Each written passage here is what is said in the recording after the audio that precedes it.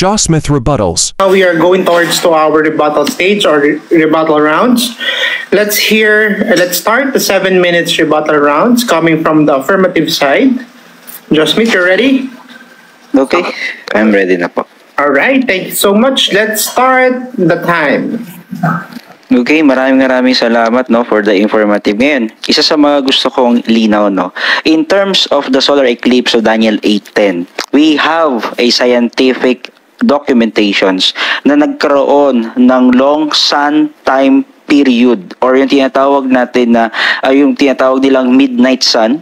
It is a natural phenomenon sa ibang mga lugar, pero in terms of Israelites area, is nangyari din ito. Kahit dito sa Pilipinas is nangyari na rin yan na mas tumagal ang araw kaysa sa gabi. Alam naman natin in Israel, period of time, sa time of alas 6, because they have the midnight calendar, nagsisimula ang kanilang araw when times of 6 a.m. kasi nga yun na yung paglubog.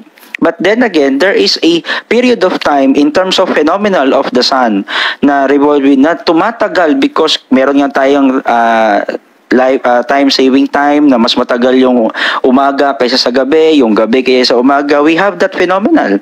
So therefore, yung sinasabi sa Daniel 8:10 ay totoong maaaring nangyari at nagkaroon din ng record na umabot ng 7 p.m. ang araw dito rin sa Pilipinas.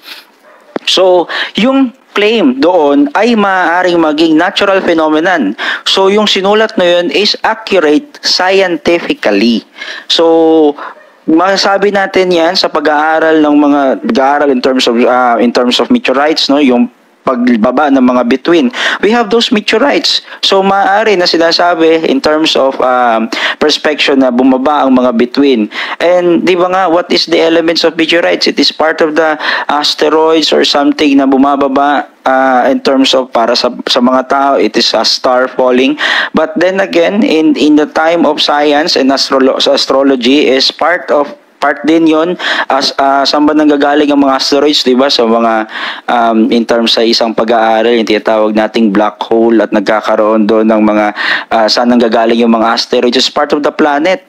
So planet at yung stars is considered, sun is considered as a planet, and other planets which is destroyed, the black holes na pinagbulan ng asteroids. So therefore, para sa akin, itong perspective na ito is true.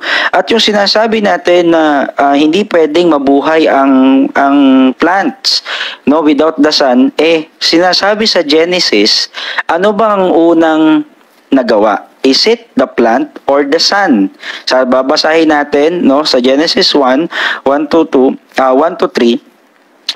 Nang pasimula nilikha ng Diyos ang langit at ang lupa, at ang lupa ay walang anyo at walang walang laman, at ang kadiliman ay sumasaibabaw sa kilaliman, at ang Espiritu ng Diyos ay sumasaibabaw ng tubig. At sinabi ng Diyos, magkaroon ng liwanag, at nagkaroon ng liwanag, at nakita ng Diyos ang liwanag na mabuti, at iniwalay ng Diyos ang liwanag sa kadiliman. At tinawag ng Diyos ang liwanag ng araw, at ang tinawag niya ang kadiliman ng gabi, at nagkahapon at nagkaumaga ang unang araw. It means, sa unang araw pa pala, ginawa na yung sun. So yung perspective mo na hindi pwede ma-create ang plants without the sunlight.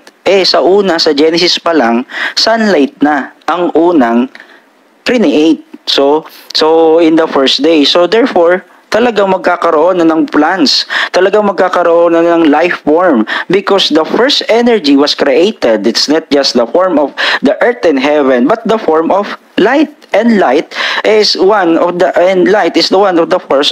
source of energy. Pagdating naman sa mga names, alam naman natin that there is an Aramaic name which is derived from different perspectives, at derived from yung tradisyon ng mga Hudyo. Is kinakailangan kung ano ang pangalan ng mga tao na naroroon, is yun din ang ipapangalan nila sa kanilang mga anak. At kung ito ay tatanungin natin, hindi naman yun Israelites. Tatandaan natin that meron tinatawag na statement development or yung mga alphabets sa pagdevelop ng pagsasalita. Katulad na lamang ng Jesus Christ. Hindi naman Jesus Christ talaga yung pangalan ni Jesus, but the term is Yeshua. And Yeshua is given in the Greek name of Eus. And Eus, because of the absence of I, nilalagyan nila ng J, at yung J ay naging Jesus. So there is a development of name, possible development of name, not to justify, but yung alphabet, no, at yung paano nila kino-construct yung kanilang salita is nagkakaroon tayo ng general or generation development on how they derive those names. Pero siyempre, that is marami ka kasing binigay, no, maraming binigay yung ating challenger na premise.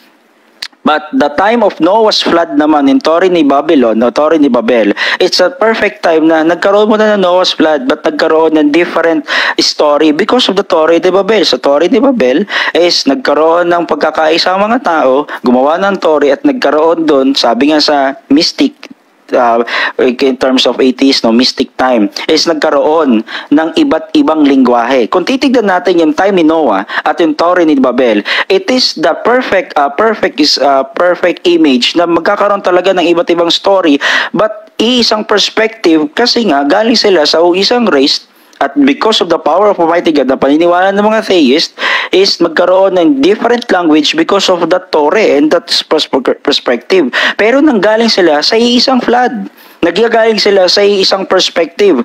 Ang mahirap dito, kung mako-contradict natin, nagkaroon na ng Torre na Babel, tapos nagkaroon ng flood, doon talaga magkakaroon ng misconception.